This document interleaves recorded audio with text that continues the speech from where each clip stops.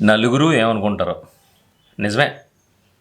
ఇప్పుడు మీ ఇంట్లో ఒక బీభత్సమైన ప్రాబ్లం వచ్చేసినప్పుడు ఆ నలుగురు వచ్చేసి, అయ్యో మీకు ప్రాబ్లం వచ్చిందా, ఇలా చేయండి అలా చేయండి మేము సాయం చేస్తాం, మీ వెనకాల మేము ఉన్నాం కదా ఎందుకు భయపడుతున్నారు అని సినిమాలోలాగా ఎప్పుడైనా వచ్చి ఓదార్చారా?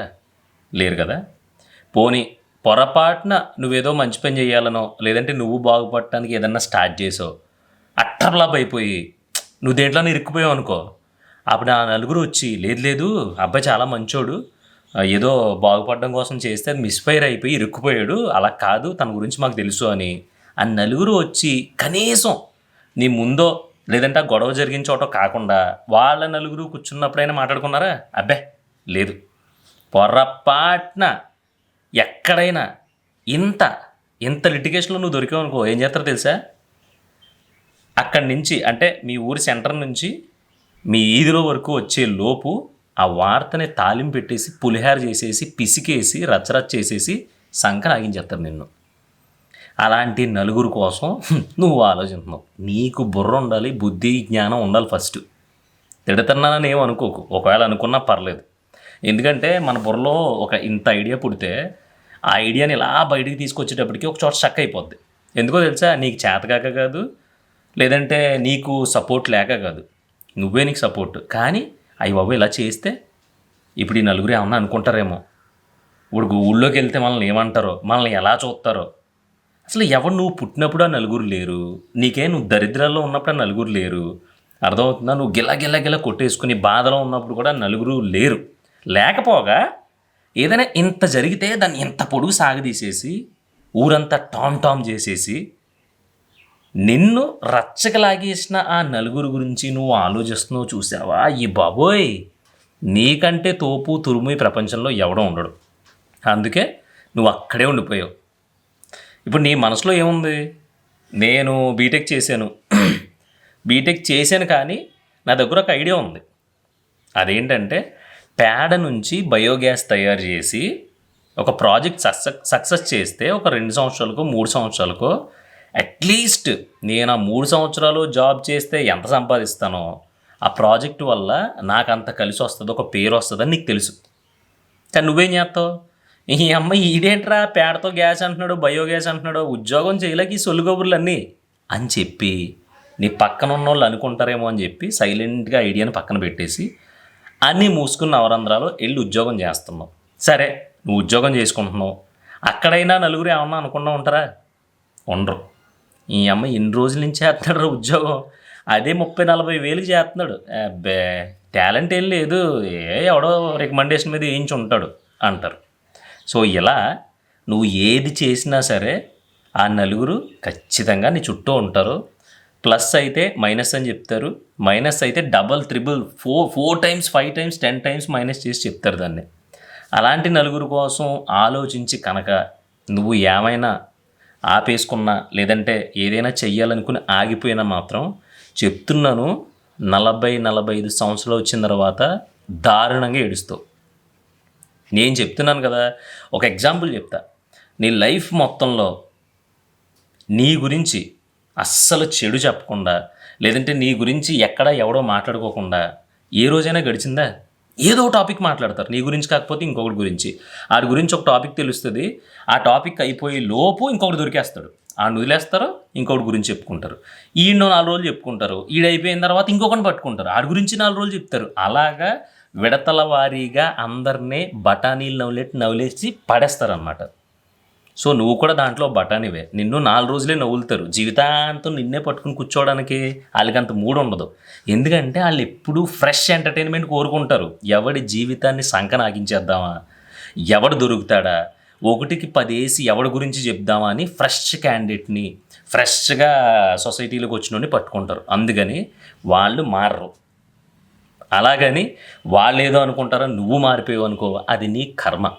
ఈ రోజు నుంచి అయినా దయచేసి నీకు ఎలా చేయాలనిపిస్తుంది, ఏం చేయాలనిపిస్తుంది అది చేసి, కానీ ఓడి గుర్తుపెట్టుకో, దాని పూర్తి రెస్పాన్సిబిలిటీ నువ్వే తీసుకో.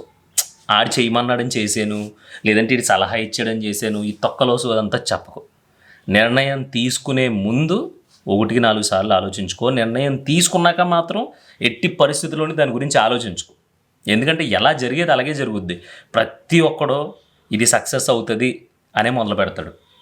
తర్వాత దాని మీద ఆడు ఎంత ఫైట్ చేస్తున్నాడో, ఎంతవరకు దాన్ని స్ట్రాంగ్గా పట్టుకున్నాడో అనే దాని మీదే ఆడి సక్సెస్సా ఫెయిల్యూరా, లేదంటే ఓకే ఓకే మొదలుపెట్టినందుకు న్యాయం చేశాను అనేదా డిసైడ్ అయి ఉంటుంది. అర్థమైంది కదా?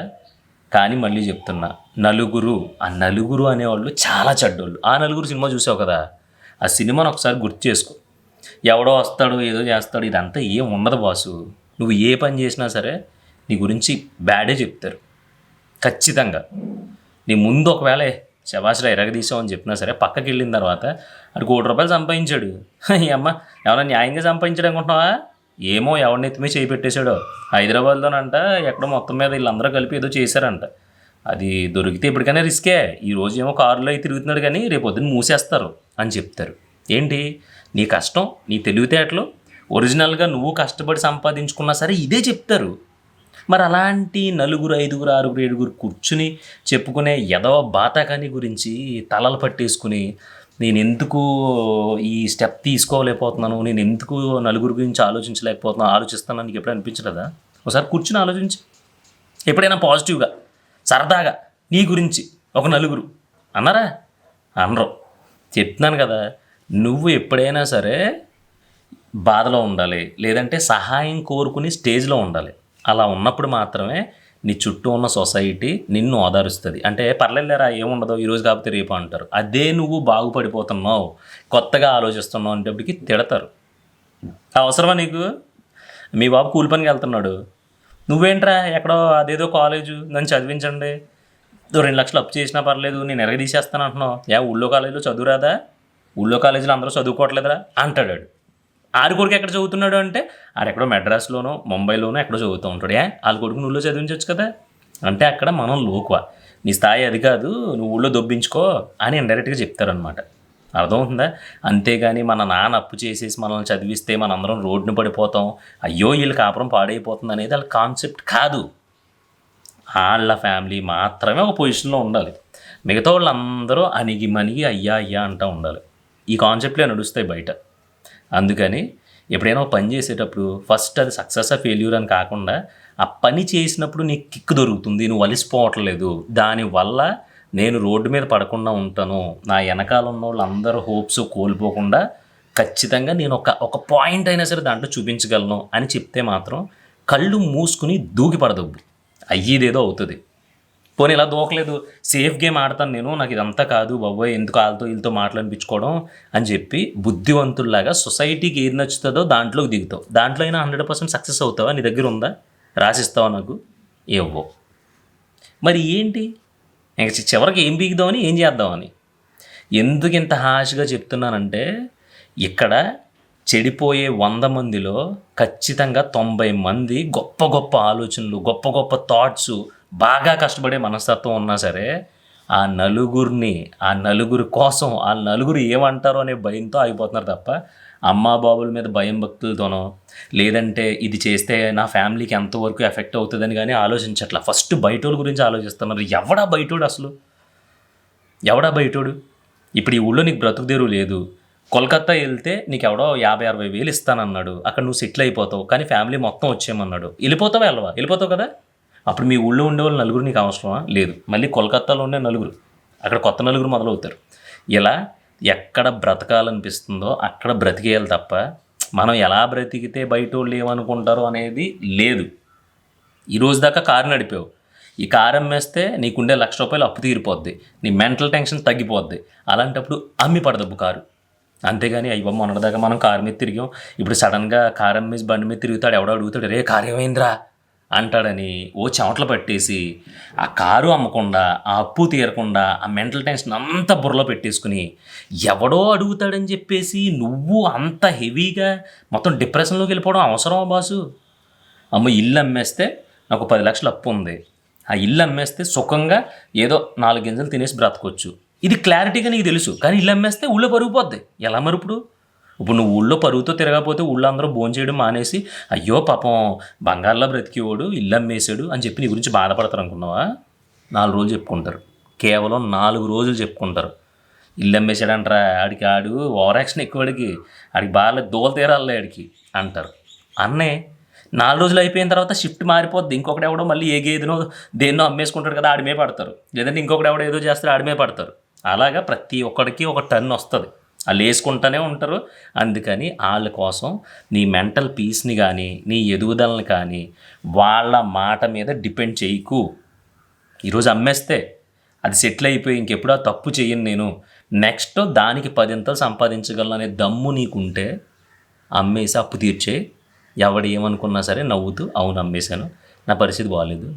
ఇంకా ఎక్స్ట్రా మాట్లాడాడు అనుకో, నువ్వు 10 లక్షలు ఇవ్వి అమ్మేను, ఒళ్ళు దగ్గర పెట్టుకుని మాట్లాడని చెప్పు. ఒక్కసారి సమాధానం చెప్పాల్సిన టైంలో నువ్వు సమాధానం చెప్పలేకపోతే నువ్వు చేతగానుడు అవుతావు.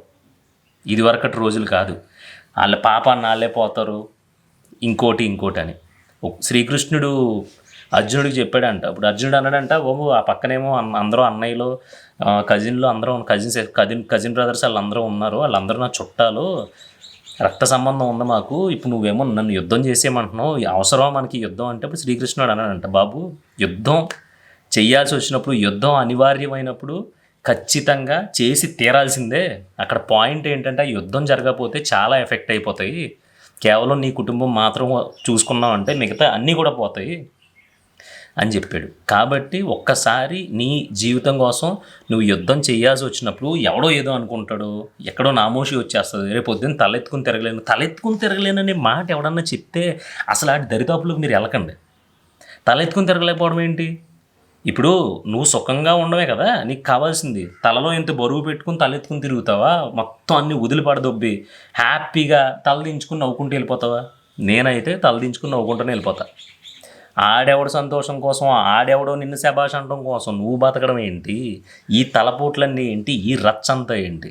అందుకే ఆ నలుగురు అనే పదం చాలా చెడ్డది.